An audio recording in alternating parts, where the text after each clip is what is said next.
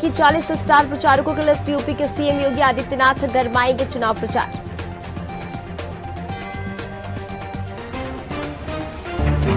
युवा महोत्सव के लिए प्रदेश की 72 सदस्यीय दल को सीएम और खेल मंत्री ने किया रवाना। दिल्ली में होगा आयोजन।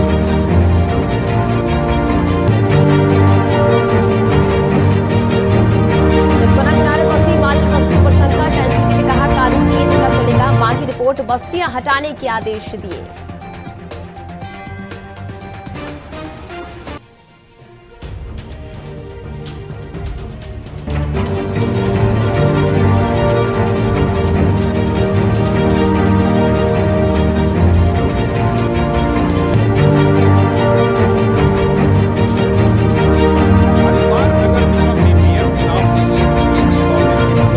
रखा है। 2018 में हरिद्वार मेयर के चुनाव में कांग्रेस ने बाजी मारी थी, लिहाजा कांग्रेस के सामने जीत का सिलसिला कायम रखने की चुनौती है। वहीं 2025 में बीजेपी मेयर पद पर कब्जा करने की कोशिश में लगी है।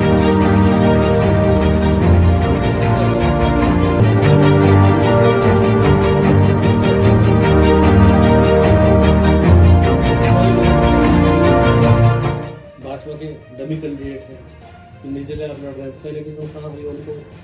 इस बार हमने साथ दिया जो नगर पालिका अध्यक्ष का प्रत्याशी था।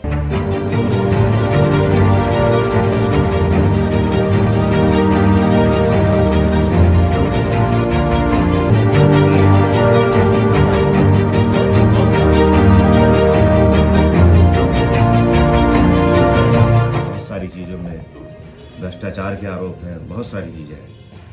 तो वो समय था कि भारतीय जनता पार्टी के साथ खड़ा होने का, मगर कोई भी आदमी है, जनता ने हमें कहा कि आपके पास विजन है,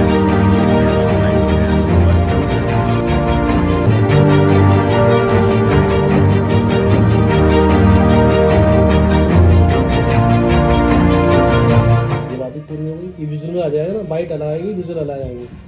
ये पहले आ जाएगा खबर में, ये पहले आएगा। जाओ ने बोला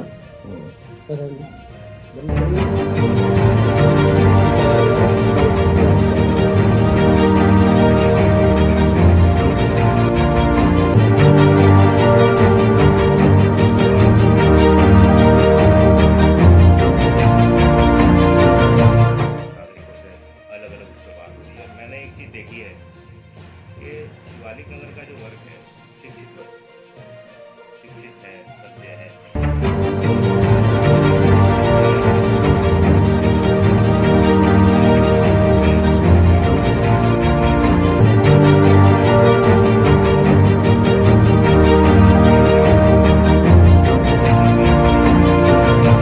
इससे अपर लेवल में अगर हम बात करें तो क्या हमारे जो शिवालिक नगर में वृद्धजन है उनके लिए स्वास्थ्य सेवाओं से कुछ रिलेटेड है?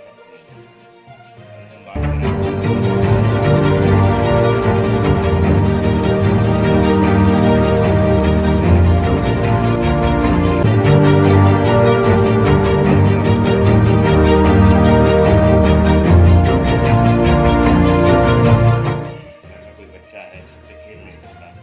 गली में आ नहीं सकता, इतनी बड़ी परेशानी उनको झेलनी पड़ रही है। और बहुत सारे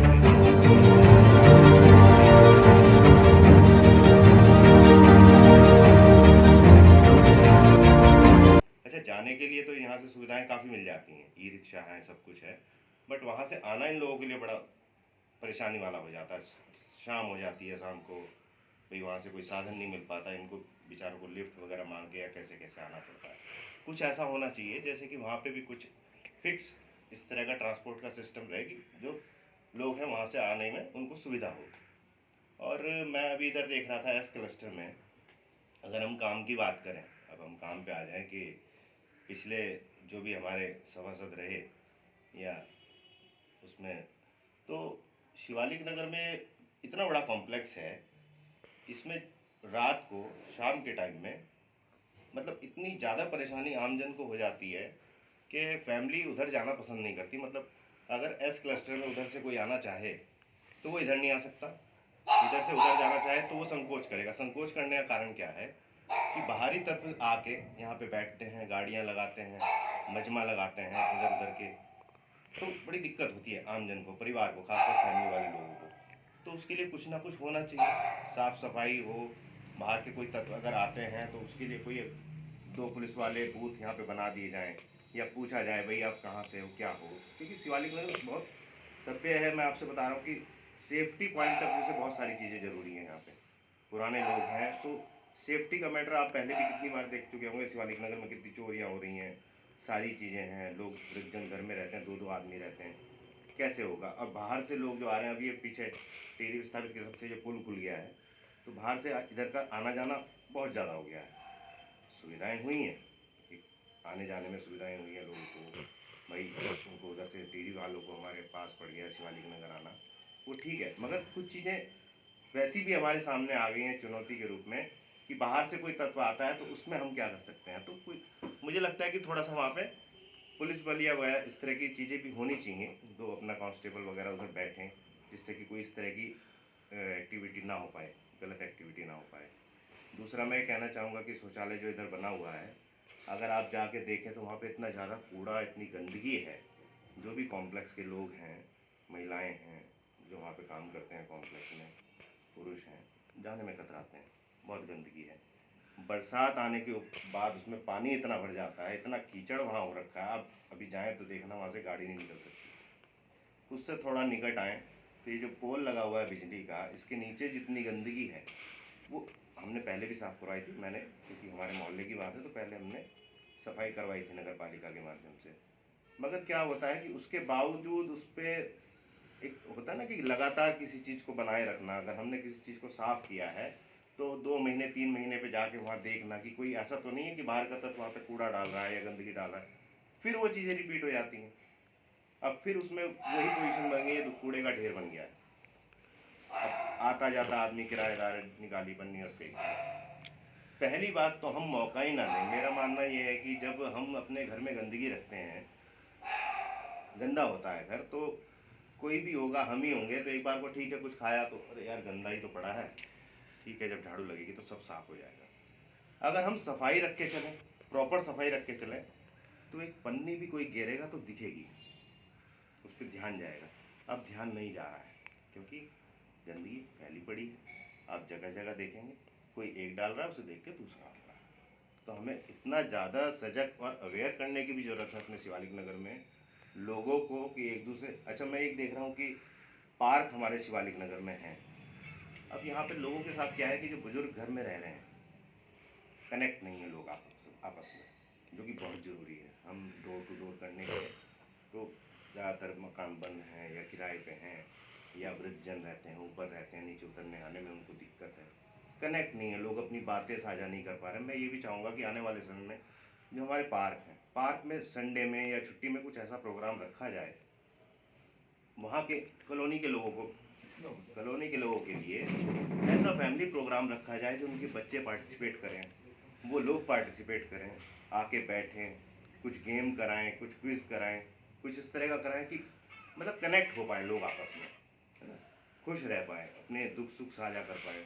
तो ऐसे पार्कों का क्या यूज़ है अगर हम पार्कों को वो चीज़ नहीं दे पा रहे कि हाँ भाई लोग आए बैठें वहाँ पे चर्चा करें, बातें करें, हंसी मजाक करें, बच्चे उनके गेम में पार्टिसिपेट करें, ये सब चीज़ें हम कर सकते हैं।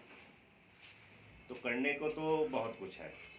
और सबसे बड़ी बात क्या है कि जब आप घर से निकलते हैं, लोगों से जुड़ते हैं, उनके विचार जानते हैं, तब आपके पास लिस्ट लंबी होती चली जाती है। बिल्कुल। तो बहुत सारी चीज़ें हैं करने के लिए। तो बस इसमें मैं यही कहना चाहूँगा कि जनता अब जागरूक है। आप जगह जगह घरों में झंडे लगाने से, उनके घर के बाहर 3-3, 4-4 स्टिकर लगाने से, हू हल्ला करने से कुछ नहीं होने वाला। जनता सजग है, जनता जागरूक है। आज का नौजवान सब चीज़ों को समझ रहा है, ठीक है, उनको पता है कि इन चीज़ों से कुछ नहीं होने वाला। सबसे ज़रूरी हो जाता है कि जो भी प्रत्याशी है वो लोगों से जाके मिले, घर में बात करे, उनके विचार जाने, वो चाहते क्या है एक्चुअली। ऐसा नहीं होता कि हम जाएँ, फ़ोटो खिंचाएँ, झंडा लगाएं और आगे बढ़ जाएं। ये हवा बनाने से कुछ नहीं होगा, ये बेकार की हवा है, ये समझ जाना चाहिए सबको। जितनी जल्दी समझ आ जाए उतना अच्छा है, क्योंकि जब हम मिले हैं, हमें एक घर में 5-5, 10-10 मिनट लगे हैं, हमने सुनना चाहा है लोगों को, बात करनी चाहिए उनसे कि आपका क्या कहना है, क्या काम हुआ है, क्या काम होने हैं। अगर हम वो समझ जाएं और वो सामने वाला लोग जिससे हम वोट मांगने जा रहे हैं, आशीर्वाद मांगने जा रहे हैं, वो समझ जाए कि ये सामने वाला जो मेरे दर पे आया, मेरे गेट पे आया, ये समझता है चीज़ों को और उस पर काम करेगा, कुछ एजेंडे हैं। तो सर कुछ नहीं होने वाला, वो झंडे और ये पैसा दनबल के साथ चुनाव जीतना मुझे नहीं लगता अब इनके लिए आसान है, बहुत मुश्किल है, इनसे कुछ नहीं होने वाला। जनता हमारे साथ है, हम लोगों के साथ कनेक्ट हैं और उनकी जो परेशानियां हैं, जो चीज़ें हैं, सुझाव हैं, उनको साथ लेके आगे बढ़ रहे हैं। तिवारी जी, अगर आप जीतते हैं तो क्या फिर किसी सत्ताधार पार्टी के साथ सक्रिय होंगे या? देखिए ऐसा होता है कि जब आप चुनाव लड़ते हैं तो आप चुनाव नहीं लड़ते, आपके साथ आपके लोग, आपका पड़ोस, आपका मोहल्ला, आपके हित परिचित सब लोग आपके चुनाव लड़ते हैं। और मैं ये कहना चाहूँगा कि मेरे साथ जितने भी लोग हैं, चुनाव मैं नहीं लड़ रहा हूँ, वो लोग लड़ रहे हैं जो मेरे साथ जुड़े हुए हैं। तो ये फैसला मेरा नहीं होगा, मेरा अकेले का ये फैसला नहीं होगा, ये सभी के मत से और सभी चीज़ों के सोच समझ के ही होगा कि आगे हमें क्या करना है। उद्देश्य हमारा क्लियर है कि हमें काम करके दिखाना है। अगर आप बात करें कि निर्दलीय प्रत्याशी में खड़ा हुआ हूँ, तो निर्दलीय प्रत्याशी की पहचान उसका काम होता है, काम से जीतना है। अपील करता हूँ कि अपना आशीर्वाद दें और विचार करें कि आप वोट किसको दे रहे हैं। ये बड़ा कीमती वोट है, इसको ऐसे जाया ना जाने दें, भ्रमित ना हो पार्टी के द्वारा। विचार करें कि कैंडिडेट हमारा कैसा हो और कैंडिडेट पे फोकस करें, ये मैं चाहता हूं।